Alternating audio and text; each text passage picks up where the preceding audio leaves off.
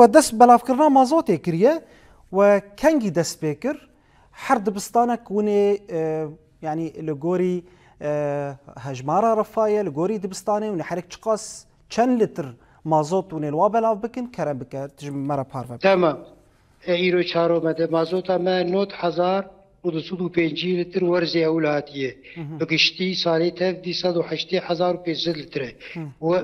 سری صدی پنجی بدن بلا بکن هر صوباك ورزي اول 5 لتر ما امي بلا بكن انا 9,205 لتر دبستاني ما وتفساسي ما تابعي ما بقريداي 122 ما حيا انا 5,000 بلا بكريه سيرو وزعين ان شاء الله سيرو دي امي تمامتي خلاص من جمازوتي حرد بستانك 5 لتر وغرفه ما اداري يعني اداري وقت شي يعني وك ريفبريه وك هيئات تربيه وك يكتيام ومستا وك زانينجي ما اوايا سري او 100 لتر حرسوباك ورزي عول يعني بصالي شي 200 لتر ورزي عول بحركه استاديف دنوا جبرتشي جبركو امروجا سبتجي تين دوامي جبركو من ساعات دوشي فماكر سري صالي شي 200 لتر ورزي عول صد ورزي دواسة برس حسين يعني إيصال هجمارة خوندكارا برتربوية دبستان زيدا كتنا بن سيوانا وده يعني كتنا بدس وده مازوطا ووي تيرا وبك لغوري درفتهم كانوا مازوط ما مستا مازوطا ما برو زيدا يجي 250,000 لتر جبرهاتي بس امي لغور حاجة خوتاني ببن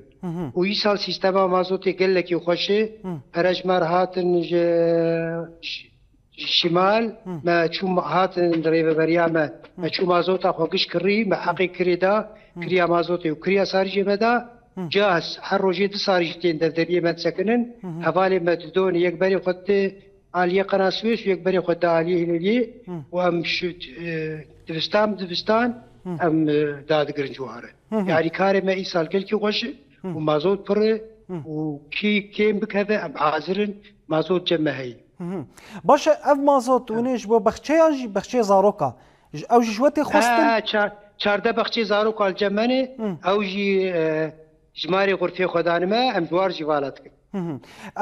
بحث نوعيتها مازوتي بكن باشه ايصال مازوت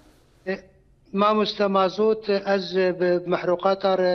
بريد سيرو جابري بكرن مجوار قلت ترى ام دبستان وزاروكن بهنا مازوتي نباشه صوبتين ختماندش بيست في مازوتا ما اباش بقول ما مستئصال مازوت تفاهي اكومينج باشه بس اد بستانه بتايبت اب حقجش بوزاروكا اف جواب دام ما مستسليفا ريفريا محروقات الجنا محروقات